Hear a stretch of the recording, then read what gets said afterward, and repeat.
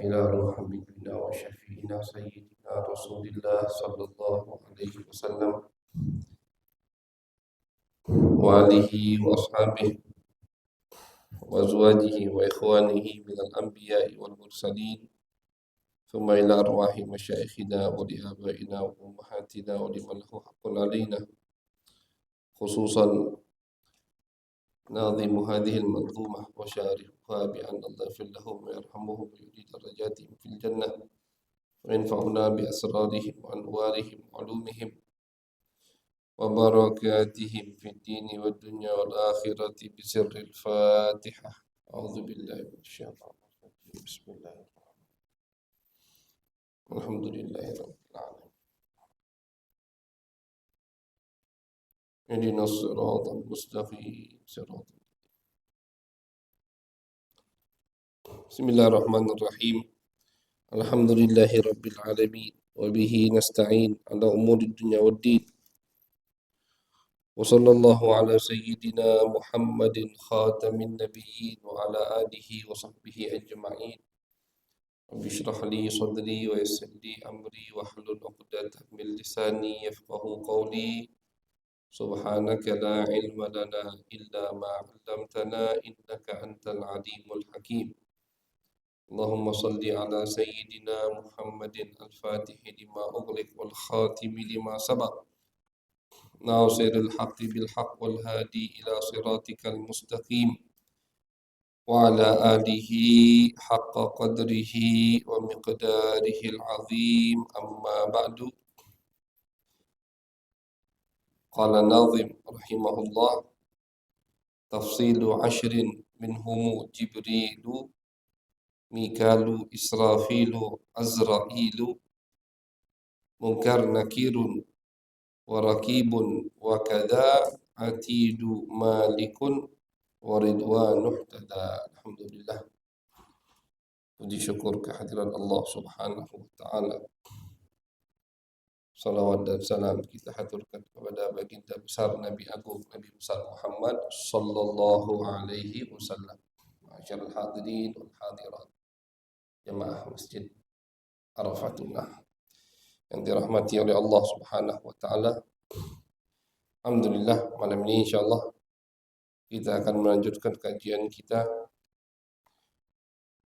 yaitu masih pembahasan tentang malaikat-malaikatnya Allah Subhanahu wa taala. Makhluk-makhluk yang mulia, makhluk yang Allah sifatkan di dalam Al-Qur'an, la ya'sunallaha ma amarahum wa yaf'aluna ma yu'marun. Mereka ini tidak pernah melanggar perintah Allah. Tidak ada malaikat yang melanggar perintah Allah. Apapun yang Allah perintahkan kepada mereka, pasti mereka laksanakan. Makanya cerita bahwasanya ada 2 malaikat yang turun ke bumi, kemudian melakukan maksiat dan diubah sama Allah jadi gunung. Harut Marut itu cerita bohong, dusta. Tidak ada malaikat yang melanggar perintah Allah Subhanahu wa taala. Apa yang Allah perintahkan pasti mereka laksanakan. Itu malaikat. Kita sebutkan sudah bahwasanya dari malaikat Allah dan jumlah malaikat ini tidak seperti jumlah nabi.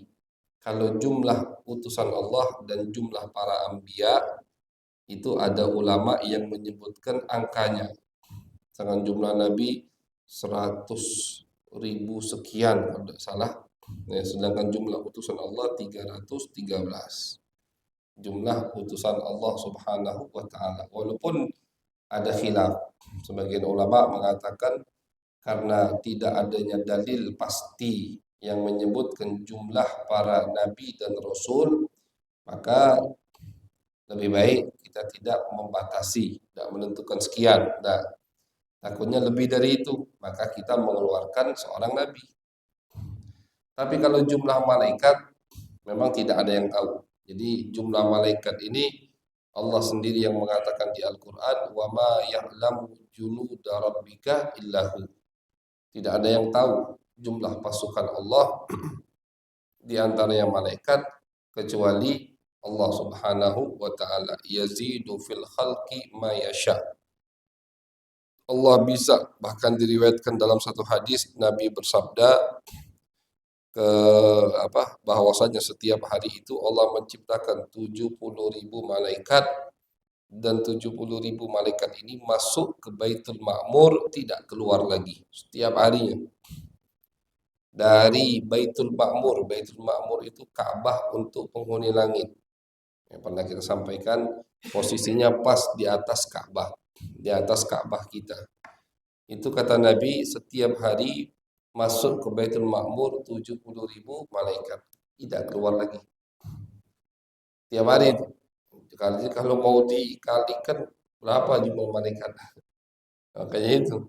Jadi tidak ada ulama satupun yang mengatakan jumlah malaikat sekian. Nah, karena itu termasuk ilmu ghaib, la ya'lamuhu illallah.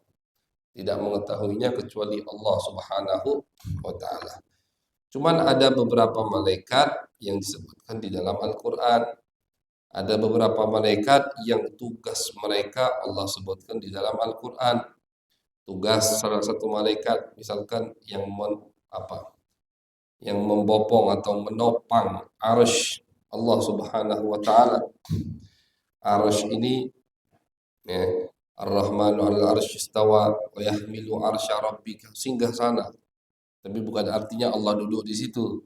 Allah tidak butuh tempat untuk duduk karena Allah tidak sama seperti makhluk. Duduk butuh tempat, tidak. Cuma singgah sana ini untuk menunjukkan kekuasaan Allah Subhanahu wa taala. Singgah sana ini sangat besar. Bahkan sebagian ulama mengatakan dari riwayat hadis bahwasanya singgasana arsy Allah Subhanahu wa taala itu bumi, kalau dibandingkan bumi ini hanya seperti sebutir pasir yang ada di gurun pasir. Saking besarnya arsy ini. Tidak bisa dibandingkan dengan bumi. Dan arsy ini kata Allah, nanti ketika hari kiamat di padang mahsyar yang akan membawa arsy itu 8 malaikat. Jadi dibawa oleh 8 malaikat. Pondasinya itu bukan bangunan, malaikat. Pondasi singgasana ini malaikat. Kenapa nanti 8? Sekarang berapa? Sekarang sudah ada, tapi yang bawa sekarang ini 4, kata ulama. Nanti di hari akhir atau di padang mahsyar seperti yang Allah sebutkan dalam Al-Qur'an, 8 malaikat yang membawanya. Tujuannya untuk menunjukkan keagungan Allah Subhanahu wa taala. Diriwayatkan oleh Al-Imam Abu Dawud bahwasanya Nabi pernah mensifati malaikat yang bawa arsy ini.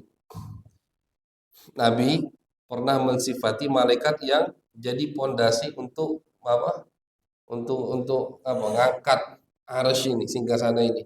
Itu kata Nabi di riwayat Abu Dawud ini, di kitab Sunan Abi Dawud. Itu kata Nabi Muhammad SAW, besarnya malaikat ini antara ujung telinga ke bahu. Di ujung telinga ini, telinga, ya, sini ujung telinga ke bahu, itu perjalanan 70.000 tahun kata Nabi Muhammad. Antara telinga ke bahu malaikat itu. Jadi antara telinga, ujung telinga sama bahu malaikat itu kata Nabi perjalanan 70.000 tahun. Dan perjalanan 70.000 tahun ini kata Nabi Muhammad seperti jalannya itu secepat burung yang paling cepat. Bukan jalan santai, bukan. Tapi burung yang paling cepat, nah itulah jalannya cepatnya, lamanya 70.000 tahun. Saking jauhnya ujung telinga malaikat itu dan bahunya. Ini menunjukkan besarnya malaikat tersebut. Ya besar, jadi kalau dari sini ke sini, nah gitu. Kita berapa jari balik? Nah, dan ini jauhnya itu sejauh perjalanan 70.000 tahun. Dari ujung telinga sampai ke bahu. Ini diriwayatkan oleh Abu Dawud dalam kitab sunannya. Nabi Muhammad mensifati salah satu malaikat yang membawa arsy singgasana Allah Subhanahu wa taala. Besar malaikat Allah. Ya, makanya malaikat Jibril aja sudah yang kita sebutkan bahwasanya beliau memiliki 600 sayap. Satu sayapnya bisa menutupi setengah bumi, kan begitu. Berarti kalau 2 sayap gelap bumi kita ini. Masih sisa 598 sayap lagi. Itu malaikat Jibril, besar. Itulah malaikat Allah Subhanahu wa taala.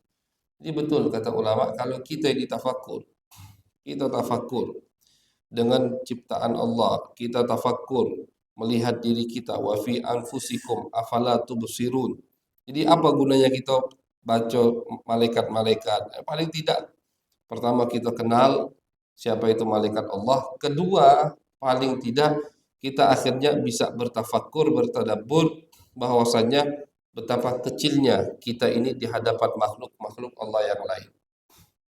Betapa hinanya kita di hadapan makhluk-makhluk Allah yang lain, sehingga insya Allah tidak akan muncul sifat sombong dari diri kita. Nah, nyombongnya apa? Kalau kekuatan kita kalah kuat, kalau ketaatan kita kalah taat, ilmu kita kalah ilmu, bentuk tubuh kita kalah jauh. Kalau malaikat Jibril 600 sayap, setengah satu sayap tutup setengah bumi, berarti kita seperti apa di bawah sayapnya malaikat Jibril? Kecil. Makanya tidak akan menimbulkan insya Allah ketika kita tahu ada makhluk yang namanya malaikat, bentuknya macam ini, bentuknya, dan sengaja Nabi nyebutkan. Kalau itu tidak ada faedah, tidak mungkin disebutkan sama Nabi Muhammad SAW. Kenapa Nabi mensifati Jibril itu malaikat? Kata Nabi 600 sayap. Apakah hanya sebatas dongeng? Nabi nyampaikan tidak. Nabi ingin menyampaikan kepada kita bahwasanya kita harus tahu ada makhluk selain kalian. Ada makhluk Allah selain kalian. Allah di Al-Quran menyebutkan malaikat itu taat terus biar kita tidak sombong. Nabi menyebutkan tadi antara kuping dan bahunya perjalanan 70.000 tahun. Apakah cuma hanya sebatas dongeng cerita? Tidak. Nabi ingin menunjukkan bahwasanya malaikat Allah itu besar-besar. Makanya kita jangan sombong. Makanya kita jangan, yang harus kita depankan, yang harus kita perhatikan hati kita, karena hati itulah yang akan dipandang, dilihat oleh Allah. Kalau harta kita, jabatan kita, ilmu kita, ibadah kita itu tidak ada manfaatnya kalau hati kita tempat pandangan Allah kotor dan tidak dilihat oleh Allah Subhanahu wa taala. Itu gunanya. Jadi guna kita mengkaji tentang makhluk-makhluk Allah seperti malaikat, dan kalau tidak ada faedahnya tidak mungkin disebutkan sama Nabi besar Muhammad sallallahu alaihi wasallam. Ini Nabi yang menyebutkan Jibril punya 600 sayap, ini besarnya seperti ini besarnya seperti begitu. Kemudian kita udah nyebutkan malaikat Jibril, Mikail, Israfil, yang keempat Azrail. Jadi ada 10 malaikat. Jadi malaikat tadi jumlahnya tidak ada yang tahu kecuali Allah. Kemudian Allah menyebutkan di Al-Quran beberapa tugas malaikat, dan ada dari malaikat 10 malaikat. Digolongkan 10 malaikat ini ru'asaul malaikah, pemimpin para malaikat. Artinya 10 ini afdaluhum, malaikat yang termulia. Yang pertama Jibril, kedua Mikail, ketiga Israfil. Keempat Azrail. Wa huwa muwakkalun biqabdil arwah wa lahu a'wan. Malaikat Azrail atau Israil, bisa dibaca dua bacaan, adalah malaikat yang Allah tugaskan untuk mencabut ruh. Semua ruh. Semua ruh itu yang mencabutnya malaikat Israel. Bukan hanya manusia, jin, Israel juga. Bahkan nyawa malaikat pun, nanti malaikat itu satu persatu dicabut nyawanya oleh Israel. Malaikat Jibril pun akan dicabut nyawanya oleh Israel. Karena Allah katakan, kullu man 'alaiha fan wa yabqa wajhu rabbika dzul jalali wal ikram. Semua yang ada di alam semesta ini akan binasa. Akan menemukan yang namanya kematian. Semua. Tidak terkecuali. Yang dikecualikan wa yabqa wajhu rabbika, hanya Allah Subhanahu wa taala. Bahkan dalam riwayat disebutkan Israel ini pun akan mati, akan meninggal. Setelah dia menyelesaikan semua tugasnya, malaikat sudah semua meninggal, jin, iblis, setan semua sudah mati. Allah bertanya, Israel, siapa yang sisa? Kata Israel, cuma aku ya Allah. Cuma aku yang tersisa. Apa kata Allah? Cabut nyawamu wahai Israel. Disitulah dalam riwayat disebutkan Israel baru merasa, oh begini sakitnya ketika aku mencabut nyawa seseorang. Sakit, cabut nyawanya, Israel pun meninggal dunia. Israel pun meninggal dunia. Disitulah yang tersisa hanya Allah Subhanahu wa Ta'ala. Tidak ada makhluk, tidak ada siapapun yang ada, hanya Allah. Wa yabqa wajhu rabbika dzul jalali wal ikram. Tersisa Allah, dan tidak ada makhluk, tidak ada siapapun, yang ada hanya Allah Subhanahu wa Ta'ala. Itu Israel. Walahu a'wan, dan malaikat Israel ini anggota, punya anggota. Jadi sebetulnya Allah tidak butuh dengan malaikat Israel. Allah kan tidak butuh. Apa innama amruhu idza arada an yaqul lahu syai'un kun fayakun. Allah tuh kalau ingin apa jadi. Nggak butuh Israel untuk cabut. Jangan kita pikirkan oh Allah bagi tugas. Nah, Allah tidak butuh. Allah tidak butuh malaikat Israfil untuk niup trompet. Allah tidak butuh malaikat Mikail untuk mengatur rezeki dan hujan. Tidak butuh. Allah tidak butuh Jibril untuk mengantar wahyu. Tidak butuh. Cuman Allah Subhanahu wa Ta'ala menerapkan ini semua biar jadi pelajaran buat kita. Allah menciptakan langit dan bumi 6 hari.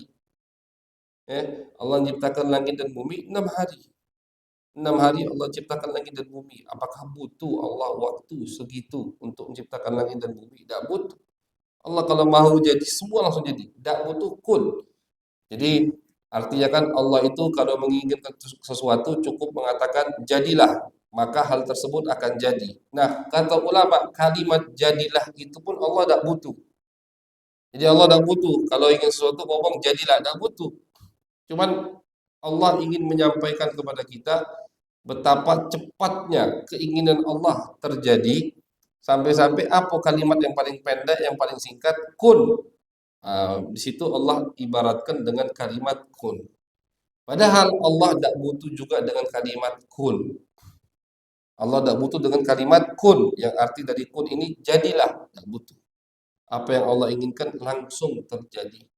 Tapi kenapa Allah menciptakan langit dan bumi 6 hari? Hikmahnya pelajaran buat kita.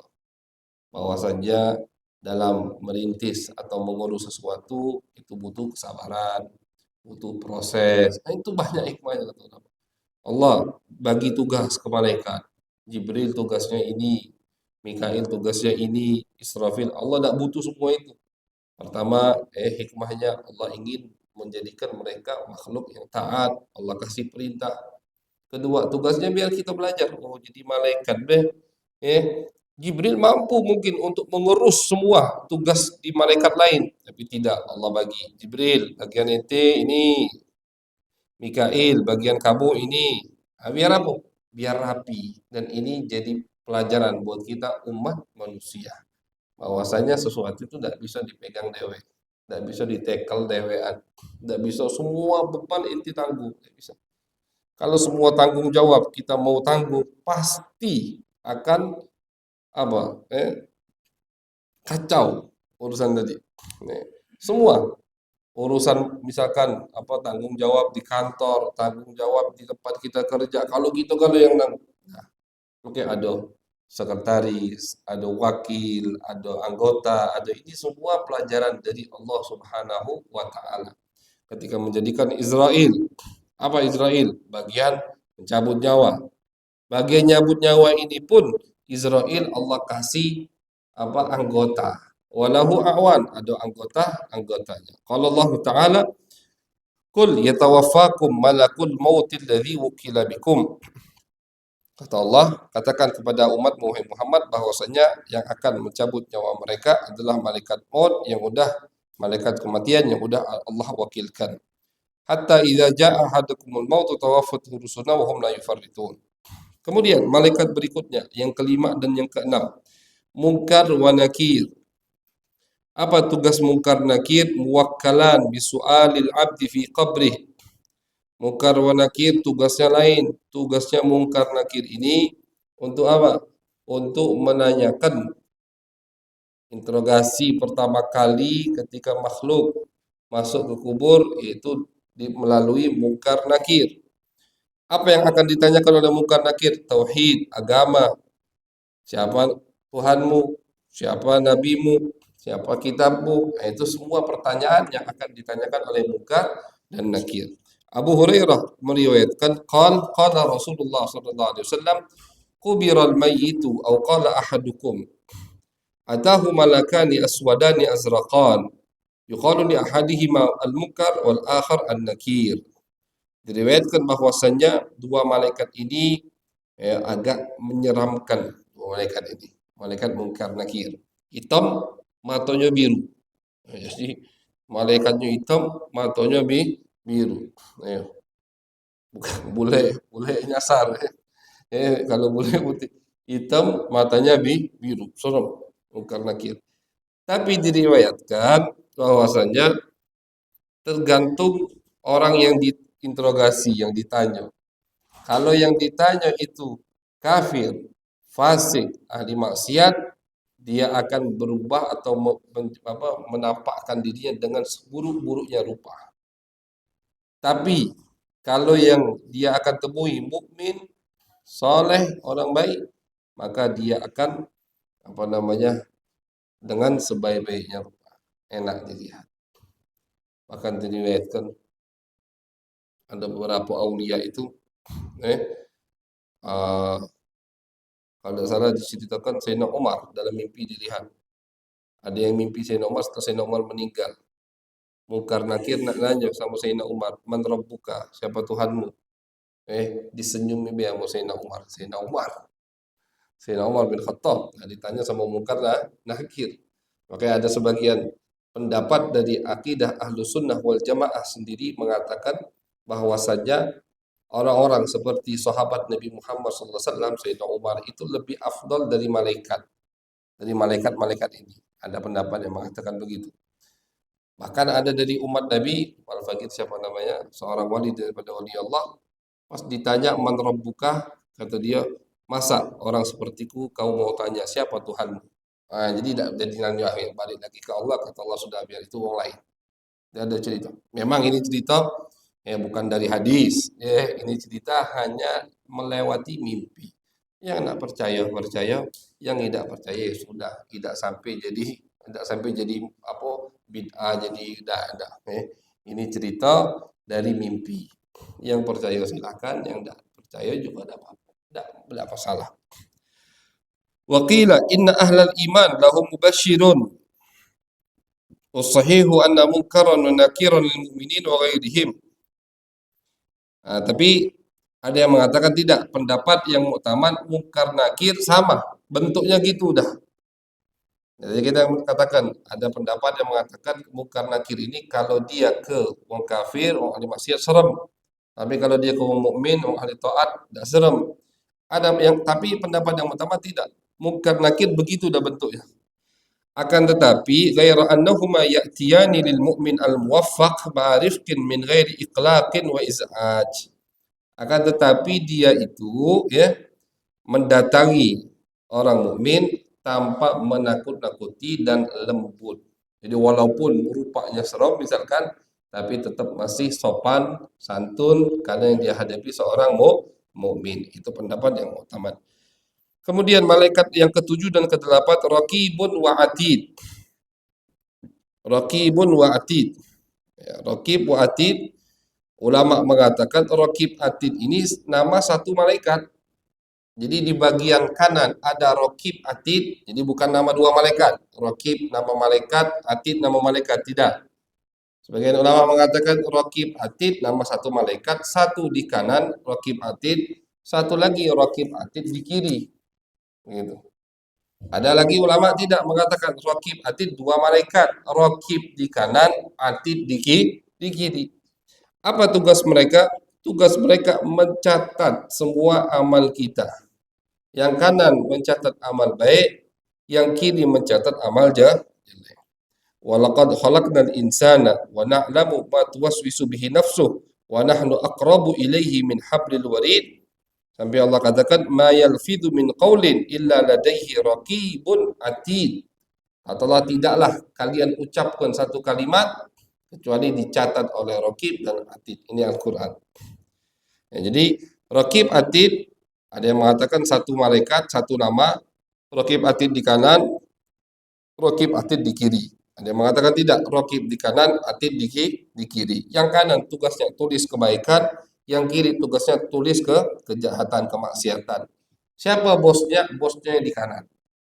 Bosnya itu yang di kanan. Artinya dalam riwayat hadis Nabi menyebutkan kalau seorang mukmin beramal baik, yang kanan langsung nyatat, cepat nyatatnya.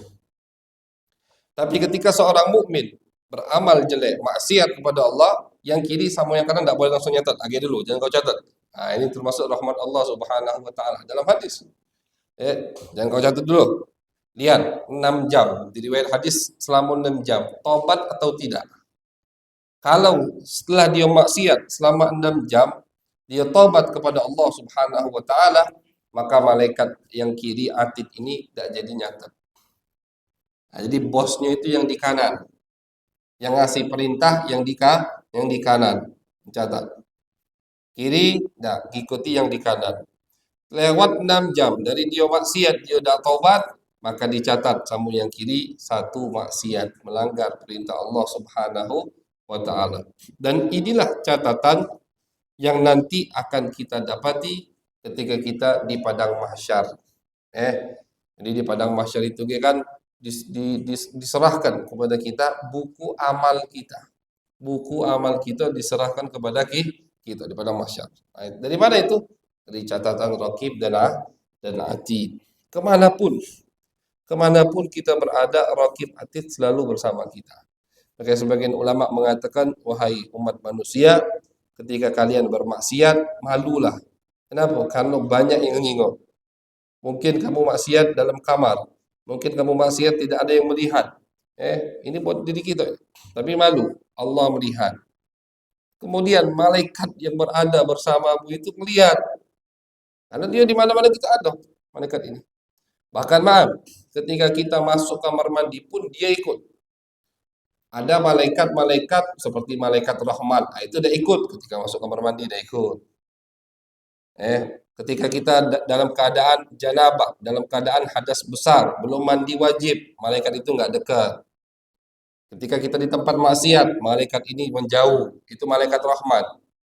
Tapi ada malaikat yang kemanapun kita berada, dia di situ. Mana be? Nak di kamar mandi, nak tempat maksiat, nak lagi di situ. Siapa itu? Ini Raqib Atid. Tidak lepas dari kita. Malaikat yang termasuk tidak melepaskan dirinya dari kita. Raqib Atid, tugas dari Allah Subhanahu wa taala. Kemudian malaikat yang ke-9 yaitu malaikat Malik. Malaikat Malik adalah malaikat yang Allah wakilkan untuk menjaga api neraka. Wa huwa muwakkilun bin niran as-sab'ah. Neraka itu ada 6, ada 7. Yang pertama Jahannam, Lawa yang kedua, yang ketiga Al-Hutamah, yang keempat As-Sa'ir, yang kelima Sakar, yang keenam Al-Jahim, yang ketujuh Al-Hawiyah. Ini nama 7 malaikat. Al-Quran disebutkan bahwasanya pintu neraka, nama 7 neraka. Pintu neraka ada 7. Allah sebutkan di Al-Quran bahwasanya pintu neraka ada 7. Pintu surga ada 8. Jangan salah masuk. Pintu neraka ada 7, pintu surga adalah 8 gitu. Wa ma'ahu az-zabadiyah wa hum 19 nafaran. Wa likulli nafar junud la ya'lamu adadahum illallah. Bersama malaikat Malik ini ada namanya malaikat Zabadiyah. Apa kata Allah dalam surat Iqra? Falyad'u nadiyah sanad'u zabaniyah. Ketika Abu Jahal melarang Nabi untuk ibadah dan mengancam Nabi bahwasanya Abu Jahal akan memanggil gengnya. Kata Allah, falyad'u nadiyah. Wahai Muhammad, silakan dia panggil gengnya, agar aku panggil sanad'u zabaniyah. Nanti aku panggil malaikat Zabaniyah. Malaikat Zabaniyah ini jumlahnya 19 malaikat. Malaikat Zabaniyah. Dan setiap satu dari malaikat ini punya anggota yang tidak mengetahui jumlahnya kecuali Allah Subhanahu wa taala. Ini malaikat Malik, penjaga neraka. Di bawah malaikat Malik ada 19 malaikat. Namanya Zabaniyah. Sebutkan di Al-Quran. Di setiap 19 malaikat ini ada anggota yang tidak mengetahuinya kecuali Allah Subhanahu wa taala. Allah sebutkan dalam Al-Qur'an, wahai orang-orang yang beriman, ku anfusakum wa ahlikum nara. Hati-hati, jaga diri kalian, jaga anak istri kalian, jaga keluarga kalian dari apa? Dari api neraka. Yang mana api neraka ini kata Allah, waquduhan nasu wal hijarah. Bahan bakarnya itu bukan kayu, tapi bahan bakar api neraka manusia dan bebatuan.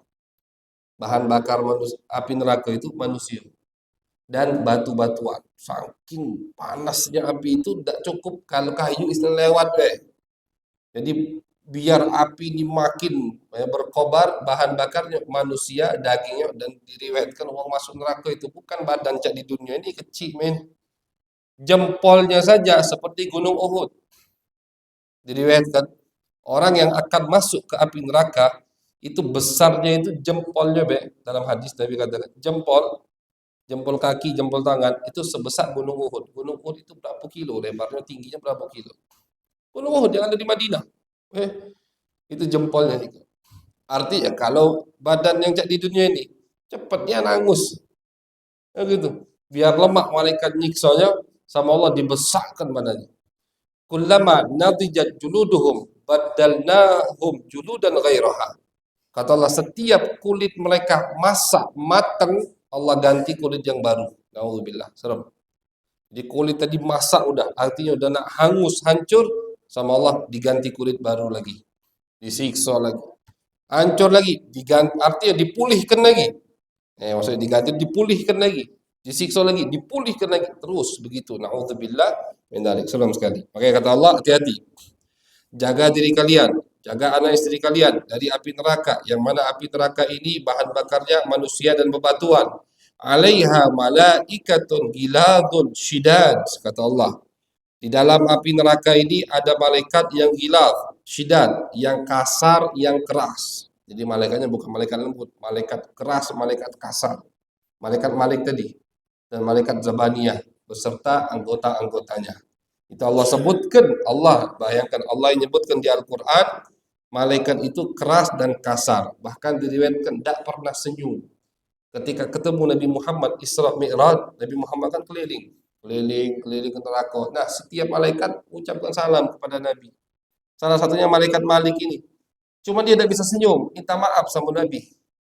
Ya Rasulullah, kata malaikat Malik ini, kalau aku diciptakan oleh Allah dan dikasih kesempatan oleh Allah untuk senyum sekali, aku akan jadikan untukmu ya Rasulullah. Cuma tidak hati.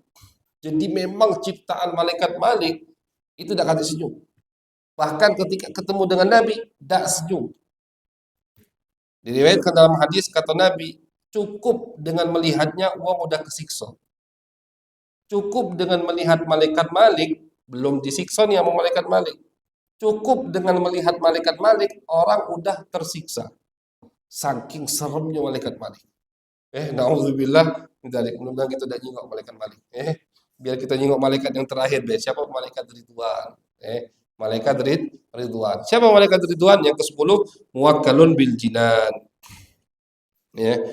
Muwakkalun bil jinan, dan apa namanya, Ridwan ini Allah wakilkan untuk menjaga surga, dan di setiap pintunya ada anggota-anggota daripada malaikat Ridwan. Senyum, ganteng, enak dilihat, rapi, wangi, beda dengan malaikat Malik. Serem ini, auzubillah min dzalik. Jadi itu 10 malaikat masyaallah hadirin yang disebutkan oleh ulama akidah Ahlus Sunnah wal Jamaah secara detail, dan itu disebutkan oleh dalil-dalil tadi. Ada semua itu. Ada semua dalilnya dari Al-Quran, dari sabda hadis Nabi besar Muhammad Sallallahu Alaihi Wasallam, dan menunjukkan seperti yang tadi Al-Fakir sampaikan bahwasanya penting kita mempelajari ini karena ini termasuk akidah Ahlus Sunnah wal Jamaah. Jadi bukan ini cerita dongeng, bukan ini cuma sekedar cerita, bukan. Ini akidah, keyakinan kita. Kita harus yakin ada 10 malaikat yang termulia. 10 malaikat ini tugasnya ini.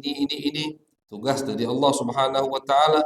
Kita ajari anak-anak kita, cucu kita, keluarga kita tentang malaikat ini, karena itu adalah akidah Ahlus Sunnah wal Jamaah. Bukalah kitab akidah apapun pasti membahas tentang malaikat 10 ini. Ya, setiap akidah manapun yang kita buka, karangan siapapun pasti ada bahas malaikat, dan yang akan diperinci ya adalah 10 malaikat yang barusan kita dengar nama dan tugas-tugasnya. Mudah-mudahan ya kita diberikan dengan penutup malaikat 10.